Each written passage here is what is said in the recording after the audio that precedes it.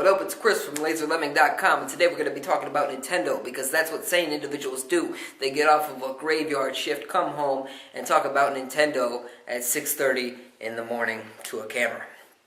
So what I wanted to talk about specifically was the way Nintendo was handling the Wii U. Iwata, the president and CEO of Nintendo, has recently been doing a little bit more chit-chat about Nintendo's planned quality of life plan. They haven't really told much about it, other than it's going to be about health and fitness and non-wearables.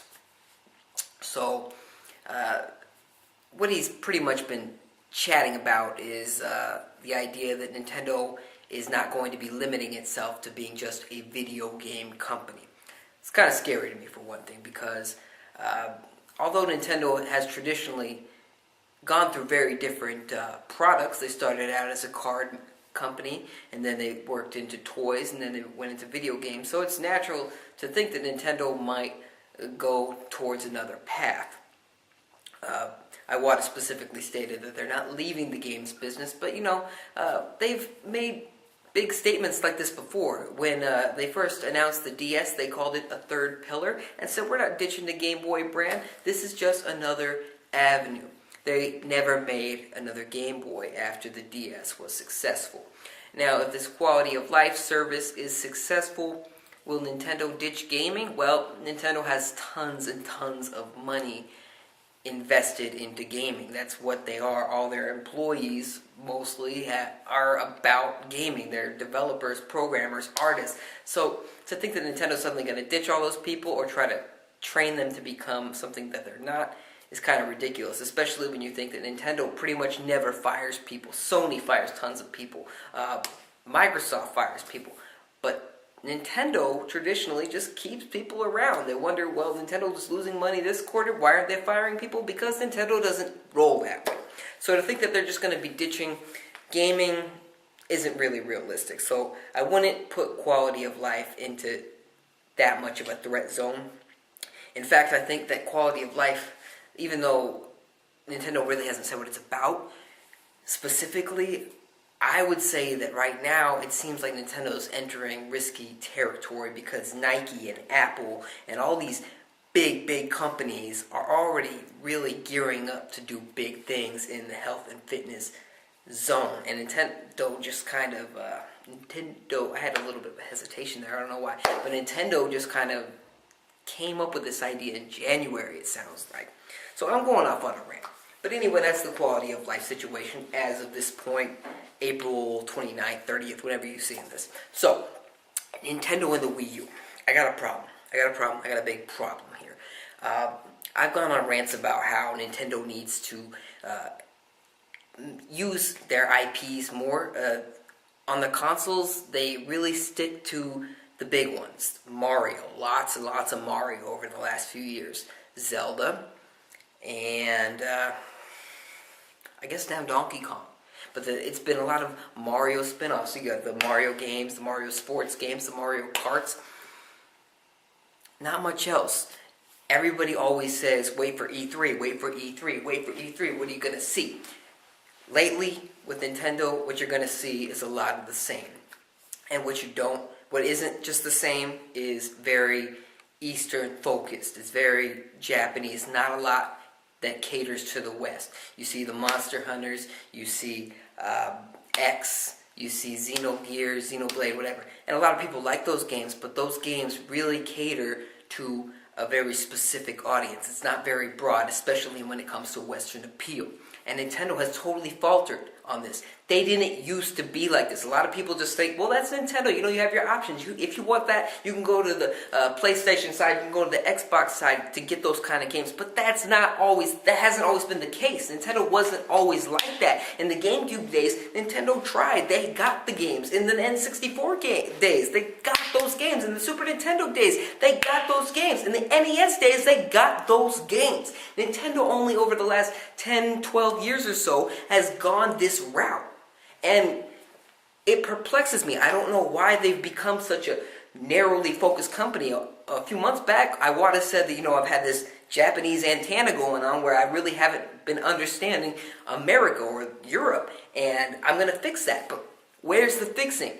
All we can say again is wait for E3, and it's bugging the shit out of me, to be honest. And this brings me to my next point.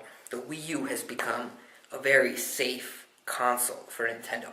And it's weird to say that because the Wii U is the most unsafe console when you think about the hardware. Nintendo went out, did a controller that nobody's ever done. It's got a big screen, it's humongous, but it's really good and useful if you take the time to try it.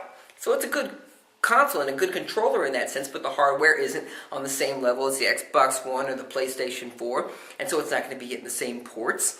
And so, in that sense, Nintendo's got a problem here because they created this very unsafe hardware, but if you look at the games they put out for it, it's extremely safe. What do they have planned? What are the big things that they're talking about? Ever since day one was Mario, another Mario, Year of Luigi, which is related to Mario, a Donkey Kong game, great game by the way, Donkey Kong Country Tropical Freeze, you should get it if you haven't already.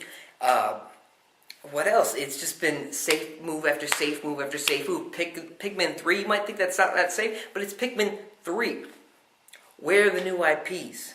They had the Wonderful 101, and then what? Then what? What that catered to the core audience, or a Western audience. Because they have X coming out, they have Bayonetta 2. Bayonetta 2 has its devoted fans, but it's not going to sell a ton of Wii U's, unfortunately. Where is the games that are new, are refreshing? Because Nintendo kicks ass at creating new ideas and applying them to the same old franchises. And that's straight from the horse's mouth. Miyamoto has said that on multiple occasions, that they like to come up with new ideas and slap an old face on it in order for it to sell. Pisses the shit out of me, and Nintendo didn't used to always be that way. Now, if you look at what Nintendo does on the handheld side, it's a totally different ballgame, because that is where Nintendo succeeds at being the all-in-one company. They give you the sequels that people want, and they give you new IPs. They don't do this on the consoles. I don't understand why.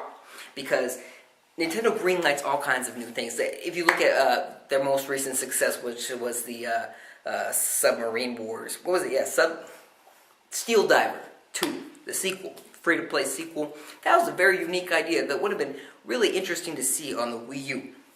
Nintendo doesn't do it. They have all kinds of new IPs that hit the 3DS and the 3DS eShop. The Wii U doesn't get that same treatment from Nintendo. It seems like Nintendo wants people, third parties specifically, to create all these new ideas and put them out on the Wii U, but they don't want to do it themselves.